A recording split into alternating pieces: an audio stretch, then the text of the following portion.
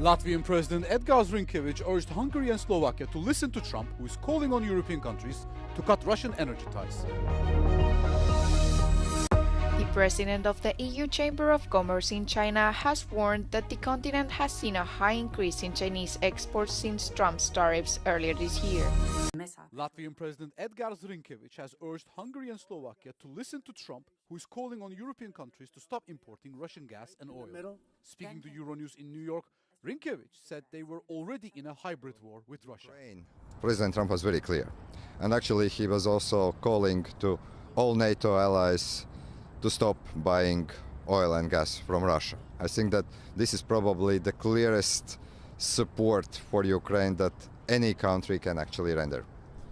And when it comes to the coalition of the willing and the security guarantees, do you think Trump is already there?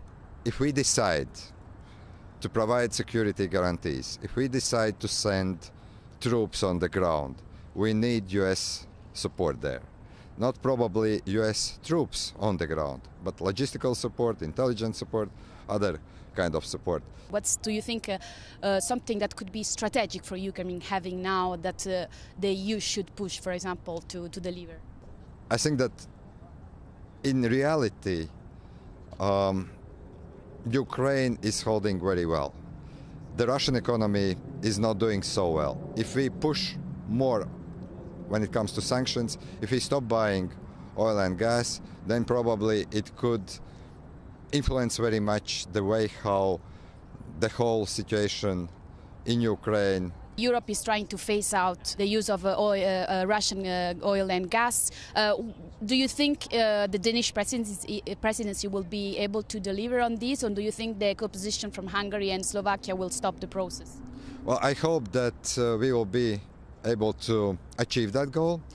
Look at my own country, Latvia. Back in 2017, we were 100% dependent on Russian gas and oil. Today, in 2025, we are completely independent. We are buying oil and gas from different countries. If there is a political will, there is going to be also the result.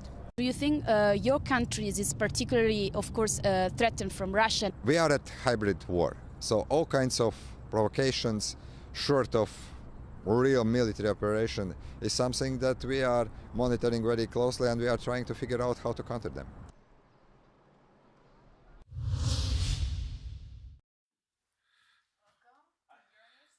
Jens Eskeland, president of the EU Chamber of Commerce in China, warned of a sharp rise in Chinese exports to Europe following Washington's announcement of sweeping import tariffs in April. Shifting trade from the US to Europe could have a significant impact on European industries, especially if imports from other countries are offered at low prices. Have seen in the first half how exports from China to North America have been declining. So I think you could perhaps term it a trade diversion. But I don't think it's the whole story. I think there are more elements to this sort of continued growth of Chinese exports to Europe. One is, of course, that you have a number of Chinese companies that are just very good at what they are doing. One reason for the jump, China's weak currency. The country's economy is battling stagnant consumer demand and falling property prices, headwinds that are also squeezing European businesses in China.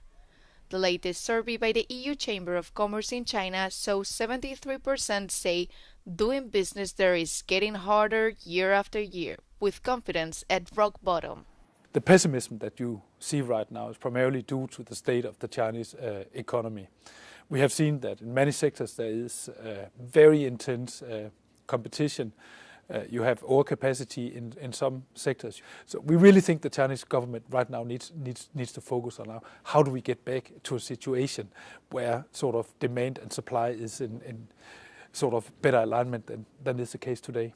Talking to Euronews, the EU business leader warned that if the current trend of trade imbalance continues, tensions with China are almost certain to rise, urging both sides to keep talking to reduce the risk for their economies.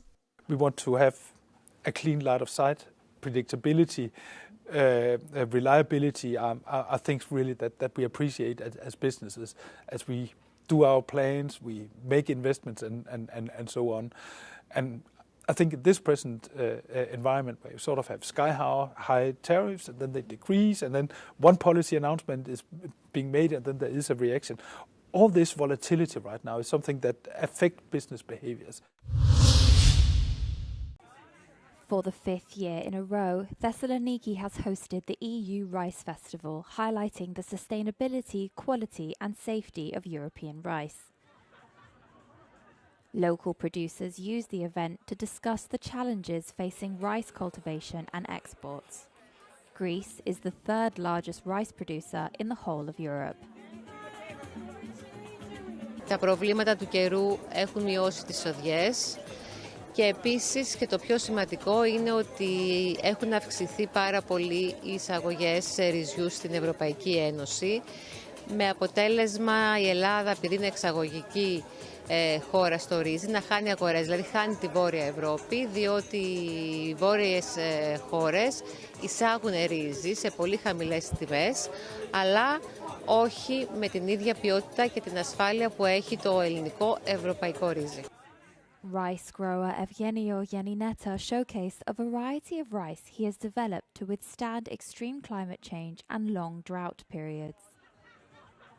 Allora, presentiamo in questo festival qui delle nuove varietà di riso che sono molto resistenti alle malattie, molto produttive e che si adattano all'ambiente greco. Il nostro risultato finale sarebbe quello di dare un maggior reddito all'agricoltore e una speranza nel futuro per la coltivazione del riso. The festival also featured award-winning restaurants which set up live kitchens and invited the public to taste dishes made with Greek rice at their center. Jimmy Kimmel returned to his late-night show on Tuesday after a 6-day suspension over comments about the assassination of conservative activist Charlie Kirk. And that is, you understand that it was never my intention to make light of the murder of a young man.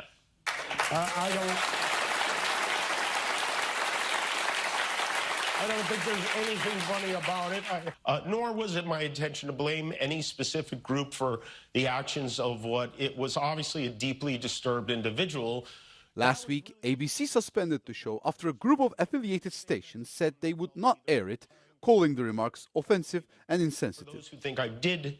Kimmel also defended free speech, saying the government cannot be allowed to control what we do and do not say on television, calling it un-American. And family members on the other side. However, President Donald Trump criticized the host's return, while the head of the FCC had threatened action against ABC's parent company, Disney, just last week. This was a sick person who believed violence was a solution. And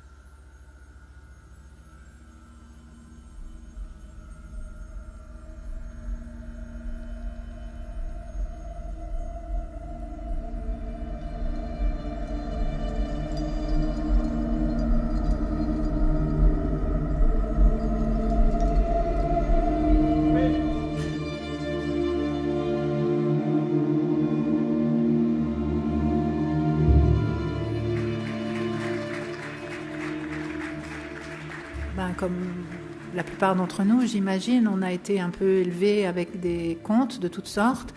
Et moi, j'ai eu la chance que ma mère adorait Andersen et elle me lisait très tôt les histoires d'Andersen qui sont parfois très cruelles et très cruelles, mais en même temps très très belles, très fascinantes, pleines d'images et pleines d'initiations.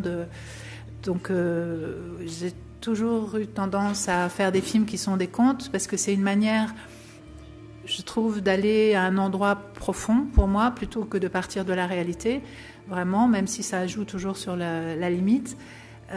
Et puis je pense que tous mes films sont des histoires de maturation, d'épreuves qui font grandir, voilà. Donc c'est une forme qui s'y prête bien. Et j'adore la poésie et la complexité des contes d'Andersen en particulier.